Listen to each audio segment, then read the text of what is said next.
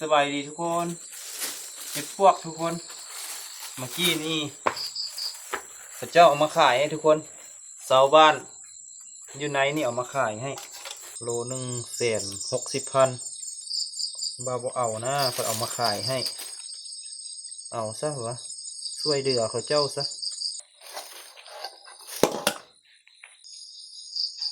ซ่อมใบมืออื่นได้ทุกคนพอแล้วทุกคนแต่มันจะกินน้อยสิแกงซัมนี่ก่อนค่ำแล้วอะไรกันอยากเข้าแล้วทุกคนเอาซัมนี่ก่อนเดี๋ยวมืออื่นเฮ็ดอันนี้กินอีกทุกคนยังบักหลายๆทุกคนมาเฮ็ดซัมนี่ก็พอกินแล้วผู้เดียวทุกคนกินบ่หมดละซัมนี่ก็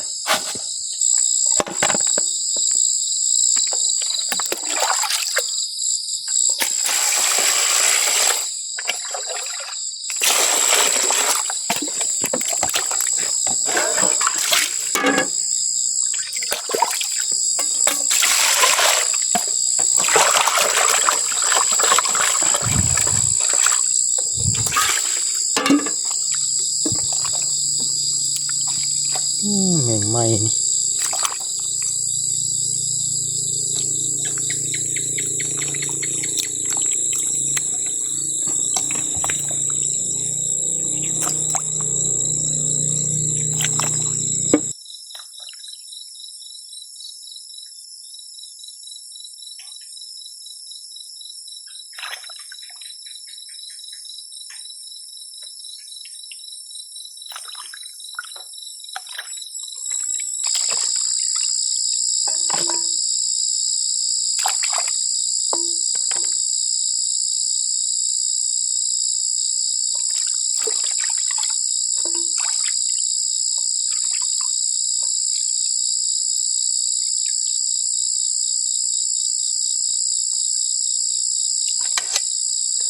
ทุกคน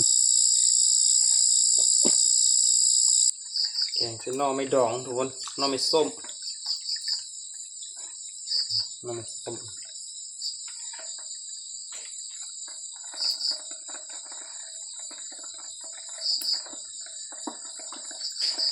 มันมีใบ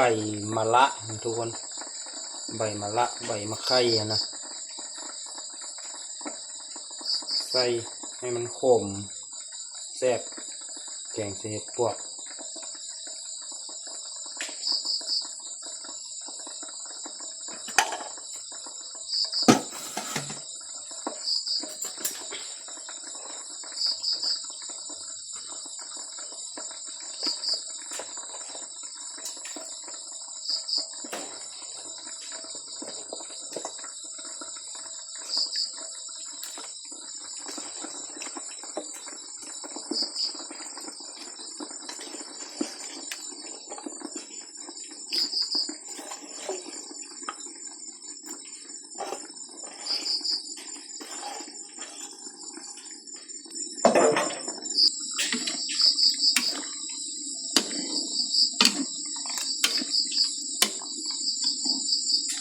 น้ำค่อนข้างหลายทุกคน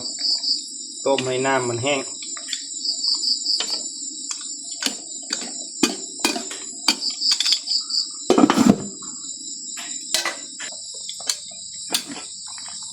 สุกแล้วทุกคนพวกเราทุกคน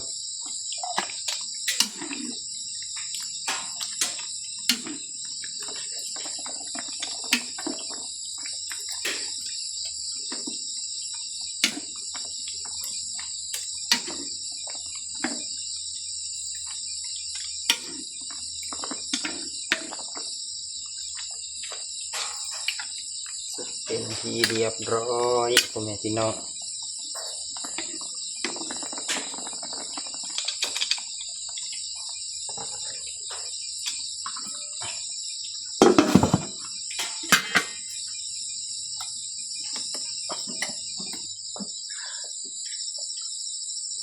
ตอนนี้ก็ซุกเป็นที่เรียบร้อยแล้วทุกคนแกงเห็ดปวกเห็ดตาบเฮาเห็ดปวกเห็ดตาบทุกคนแกงซุกแล้วมาทุกคนมากินข้าวนำกันวันนี้พ่อแม่พี่น้องมาเด้อทุกคนเด้อกินข้าวแรงเนาะทุกคนเนาะมากินข้าวแดงน้ำกันทุกคน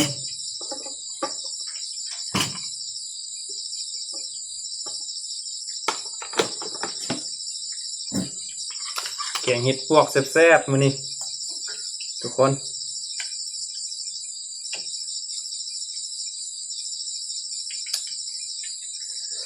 มาพ่อแม่พี่น้อง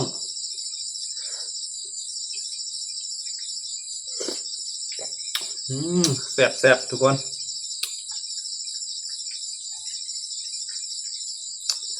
นี่ทุกคนแกงเห็ดพวกแซ่บๆมื้อนี้มาทุกคนแต่เมื่อจิ้มน้อยขอกินก่อนทุกคน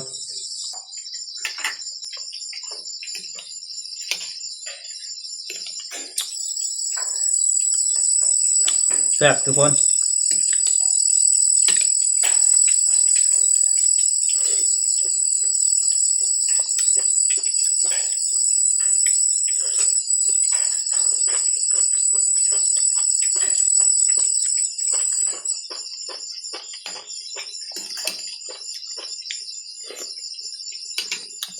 บ้านพ่อแม่พี่น้องเห็ดพวก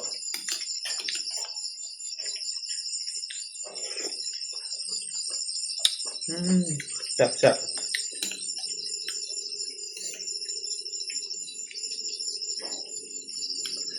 นี่ทุกคน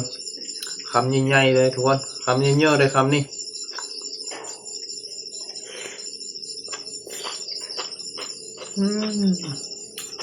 แซ่บบ้าน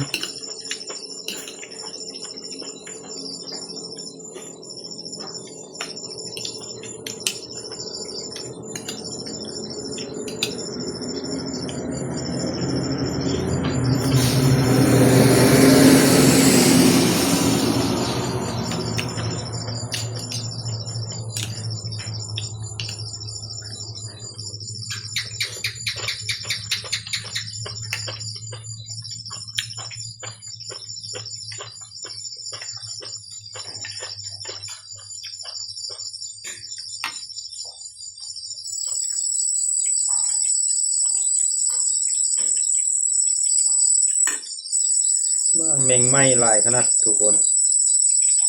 คำมาแล้วมันมีแมงไหม้มาตอมหลอกไฟ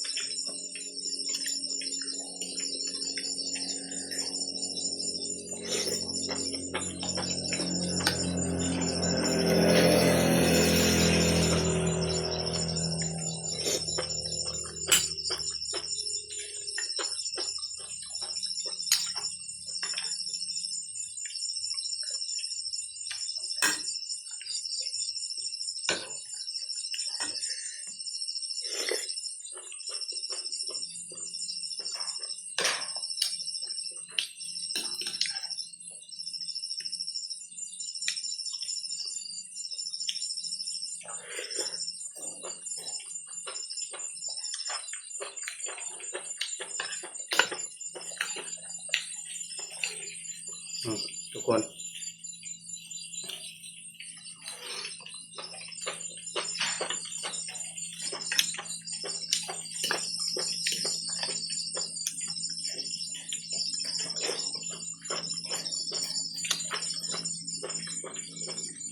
หลังจากกินข้าวแล้วเขาก็สิได้นอนพักผ่อนทุกคนมื้อเช้าก็เฮ็ดเบียกแต่เช้าทุกคนก็ซื้อมันปกติมื้อเช้าเนาะร้านเขาจะปิดอยู่วันที่5ทุกคนปิดร้านเนาะทุกคนเนาะพ่อแม่พี่น้องเมื่อทุกคนเนาะถ้าได้กินหรือว่าได้พังเนาะทุกคนเนาะแต่เมื่อกินน้อยก็ขอแจ้งเลยเนาะทุกคนเนาะท่านพ่อแม่พี่น้องอยู่ใกล้ที่เอามันมาขาย กับวันที่ห้านี่ก็ให้วันที่สี่ที่สามที่สี่นี่ก็ให้ฮีบออกมาก้นออกมาขายเนาะพ่อแม่พี่น้องเนาะถ้าฮอดวันที่ห้าแล้วแต่เมื่อติ้มน้อยสิได้ยุดเซาซื้อมันปีนี้นะทุกคนเนาะปีหน้าจึงเริ่มซื้อไม่ทุกคนปีนี้สำหรับปีนี้ก็ถือว่าปิดโจ๊ะวันที่ห้าทุกคนกายวันที่ห้าแต่เมื่อติ้มน้อยก็บ่ได้ซื้อมันแล้วทุกคนเนาะก็ให้พ่อแม่พี่น้องได้รับรู้ทุกคน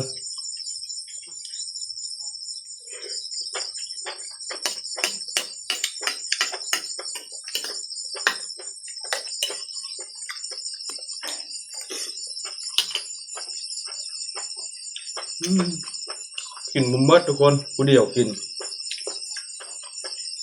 อิ่มแล้ว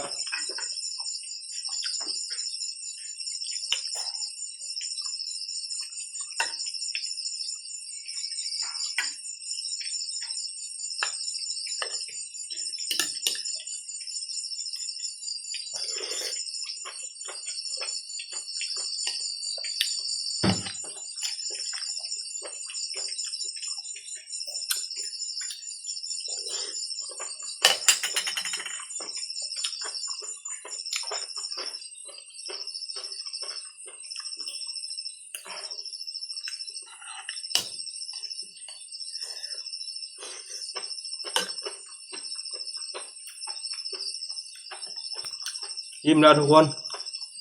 สำหรับคลิปนี้ก็แต่ไม่กระติมน้อยก็สิได้จบลงเพียงสำนี้ทุกคนจะน้อยเฮาก็สิไปซ่อมเฮ็ดอีกคือเก่าขูดตีนเฮ็ดหรือว่าซ่อมตีนเฮ็ดคือเก่าทุกคนซ่อมขี้ดินจักตีนมันนะแต่เมื่อกี้น้อยยังบ่ทันได้ซ่อมแล้วซ้ำจะน้อยก็ไปซ่อมเฮ็ดแล้วก็สิได้ของนอนพักผ่อนได้เนาะพ่อแม่พี่น้องก็ซ่อมเฮ็ดแล้วทุกคนขุดตีนมันขุดขี้ดินออกทุกคน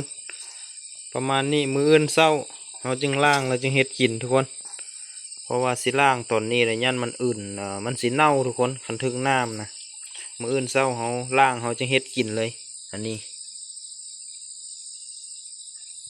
งามขนาดพ่อแม่พี่น้องออกใหม่ๆทุกคนแซ่บเห็ดออกใหม่ๆแบบนี้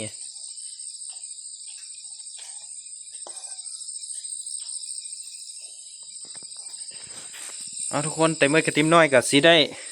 รับเลยนอนทุกคนวันนี้หลังจากซ่อมเห็ดนี้แล้วกินข้าวแล้วเห็ดอยู่เห็ดกินแล้วกินข้าวกินน้ำแล้วก็จะได้นอนพักผ่อนก่อนพ่อแม่พี่น้องกับมื้อเช้าเนาะกับบูฮู้สิว่าเห็ดอย่างต่อมื้ออื่นบางทีก็แต่เมื่อกระติมน้อยก็อาจจะไม่ได้ถ่ายคลิปแล้วมื้ออื่นบางทีก็สิได้ถ่ายแต่มื้อนี้แล้วก็สิได้โจ๊ะก่อนทุกคนมันเฮาซื้อกับบ่ได้หลายมื้อนี้ได้อยู่20 ปลายต้นทุกคนแต่เมื่อกี้ติ๊มน้อยเอาไปส่งโรงงานก็ยังเหลือประมาณ10 ปลายต้นน้อยนึงทุกคนเดี๋ยวนี้เนาะพ่อแม่พี่น้องก็สิได้ลำลาพาจากทุกคนไปตอนนี้เลยเนาะทุกคนเนาะกะก้าวกันบาสบายดีพ่อแม่พี่น้อง